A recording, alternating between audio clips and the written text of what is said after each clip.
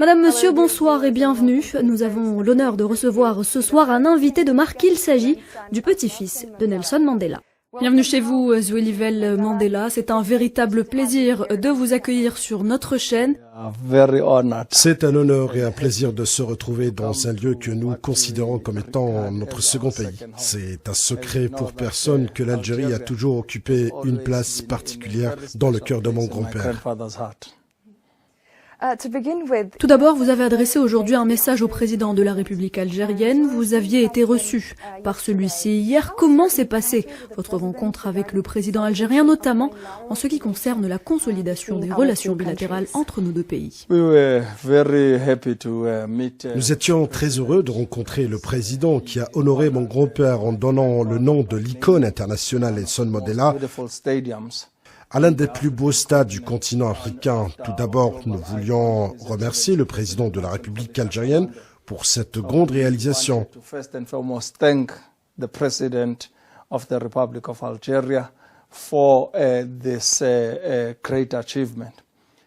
Mais nous avons aussi pris soin de dire au président de la République la place particulière que l'Algérie a toujours eue dans le cœur de mon grand-père.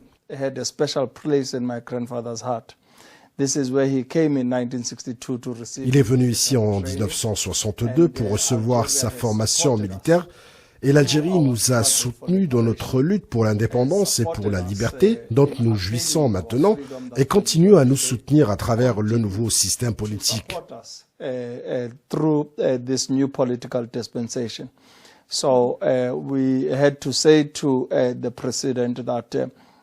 Nous nous sommes donc assurés de dire au président que cette réalisation renforce les relations entre nos deux pays, à savoir l'Algérie et l'Afrique du Sud, et qu'elle est un symbole de nos efforts de décolonisation de l'Afrique. Nous avons encore beaucoup à faire, sachant que la dernière colonie d'Afrique, le Sahara occidental, est encore colonisée par un État membre, et que nous devons donc intensifier nos efforts pour parvenir à son indépendance.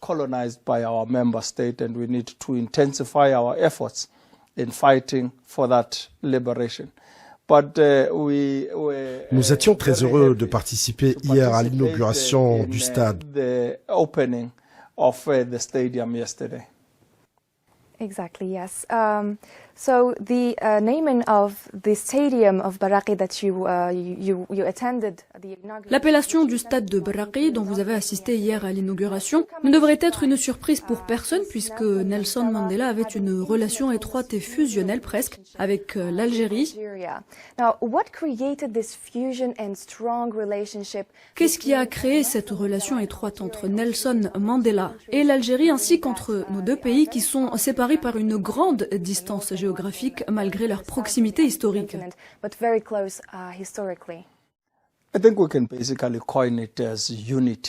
Je pense que nous pouvons l'appeler l'unité du continent africain, parce que c'est ce qui a poussé mon grand-père à se rendre en Algérie en 1962 pour allier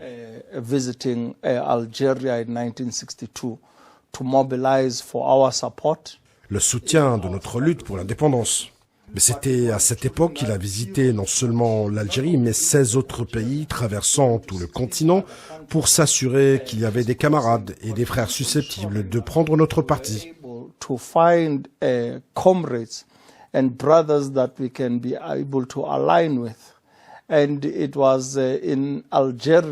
Je pense qu'Amilcar Cabral avait raison quand il a dit en Algérie que tous les musulmans vont à la Mecque, tous les chrétiens vont à Rome, mais tous les combattants du continent africain viennent en Algérie et cela démontre l'importance de sa venue en Algérie, où il a rencontré de nombreux dirigeants à l'époque qui n'ont jamais pensé qu'il deviendrait président.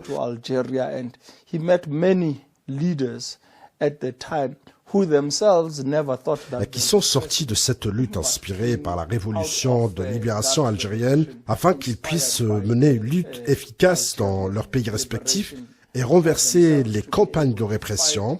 An effective campaign in their own countries in overthrowing our oppressors. But I think what is special about Algeria, la particularité de l'Algérie, que la raison pour laquelle, dès sa libération, le premier voyage de mon grand-père s'est fait en Algérie pour venir to come and cement that relationship, to come and ensure that our journey is not yet over. We need to continue to be the voice of the voiceless. Consolider cette relation et à être le porte-voix de ceux qui n'ont pas de voix et se battre pour les autres nations opprimées du monde. Always be about the importance of African unity. Can we be able to collaborate at regional level, at continental level, and at global level? South Africa and Algeria. L'Afrique du Sud et l'Algérie l'ont fait. Nous le faisons dans le Parlement panafricain, au sein de l'Union africaine et aux Nations unies sur des sujets d'intérêt. Et je pense ce que nous essayons de faire maintenant, c'est de nous rapprocher les uns des autres et de renforcer ces programmes.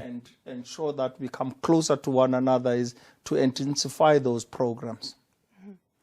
Now we know that Mandela avait une citation célèbre dans laquelle il disait que l'Algérie avait fait de lui un homme, l'Algérie une source d'inspiration pour lui. Comme vous l'avez mentionné, notamment dans sa lutte contre l'apartheid, il a même effectué son premier voyage à l'étranger en Algérie, c'était dans les années 90, après avoir passé 27 ans en prison. Et vous voilà, après des décennies, ici en Algérie, à visiter ce pays. Qu'est-ce que ça vous fait d'être ici et que représente l'Algérie pour vous? And what does Algeria represent to you?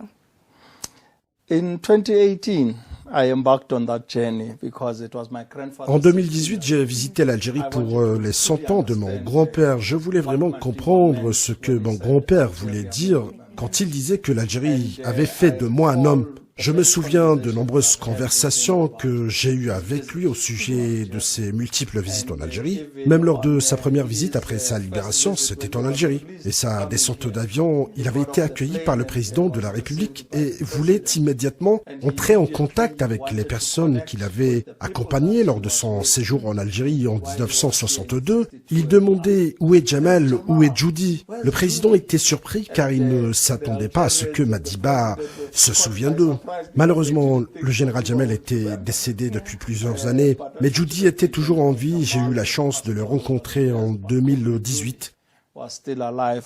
I had the pleasure of meeting him in 2018, and I think those and that generation have been an inspiration. Je pense que cette génération a été une source d'inspiration, pas seulement pour mon grand-père, mais pour beaucoup de Sud-Africains. Le rôle joué par la présidence algérienne, vous vous souvenez du discours prononcé par le président Wally Boumediene à l'époque aux Nations Unies, dans lequel il dénonçait le régime d'apartheid et lançait une campagne pour en faire un crime contre l'humanité.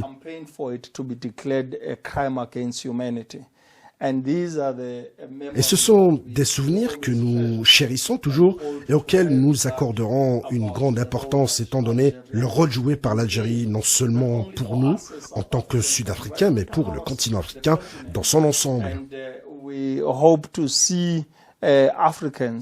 Nous espérons également voir les Africains coopérer les uns avec les autres et nous espérons, à travers le championnat local africain qui démarre ce soir, voir l'incarnation de l'unité africaine et ce sera un héritage sur lequel nous pourrons nous appuyer. Chef Mandela, vous êtes député au Parlement national africain depuis 2009, un parlement portant les blessures de l'apartheid. Comment préservez-vous le message et l'héritage de Madiba pour les générations futures? We are a country that bears many scars. Nous sommes un pays construit sur une histoire qui remonte à une ère coloniale de 350 années, mêlée à un régime d'apartheid brutal depuis plus de 60 ans, et nous n'avons pas fait assez pour guérir des blessures du passé. Je pense que la chose la plus importante dans l'héritage de Madiba est l'avenir auquel nous aspirons pour les générations futures. Notre héritage est de continuer à œuvrer pour l'édification de la nation et l'unité nationale dans nos pays dans un premier temps.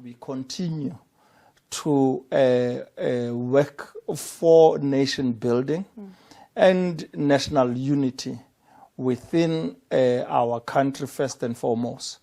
Le racisme entre les tribus en Afrique du Sud doit être éliminé et nous devons nous débarrasser des problèmes actuels dont nous souffrons et la lutte contre la corruption, car nous voyons les dirigeants d'aujourd'hui servir leurs intérêts et c'est un phénomène qui a submergé le continent africain. Leaders of today having become self-serving leaders that are only interested in their own pockets. And this is the legacy right throughout the African continent. qu'ici nous pouvons le combattre localement nous permettra de commencer à montrer à la communauté de développement de l'Afrique australe et au continent africain ce à quoi la vieille génération composée de personnes telles que Julius Nyerere, Patrice Lumumba, Kwame Nkrumah ou encore Kenneth Kaunda aspiraient sur notre terre. Julius Nyerere, Patrice Lumumba, Kwame Nkrumah, and we can name many others, Kenneth Kaunda. C'est dans cet esprit que nous apprécions l'héritage de Madiba et nous nous inspirons de ses expériences et son excellence. It is in that regard that we uphold Madiba's legacy. Madiba a conclu son livre en disant qu'il devait traverser beaucoup de rivières et escalader beaucoup de montagnes pour se poser sur un mont, et dans un moment de réflexion sur la scène qui l'entourait, il s'est rendu compte que malgré qu'il venait de traverser, il lui restait encore beaucoup de difficultés à surmonter. Whilst he looks back, he realizes the rivers and the mountain tops that he's had to overcome. Madiba n'est peut-être pas avec nous aujourd'hui, mais il nous a tendu le flambeau en tant que génération montante. Et c'est à notre tour, en tant que jeunes à travers le continent africain, de nous élever au niveau requis et de nous assurer de devenir des militants et une voix pour les sans-voix. Nous devons nous débarrasser des pandémies et des défis auxquels nous sommes confrontés en tant que continent unique. We become activists and we become a voice of the voiceless. We need to rid ourselves of the epidemic challenges that we are facing as a continent.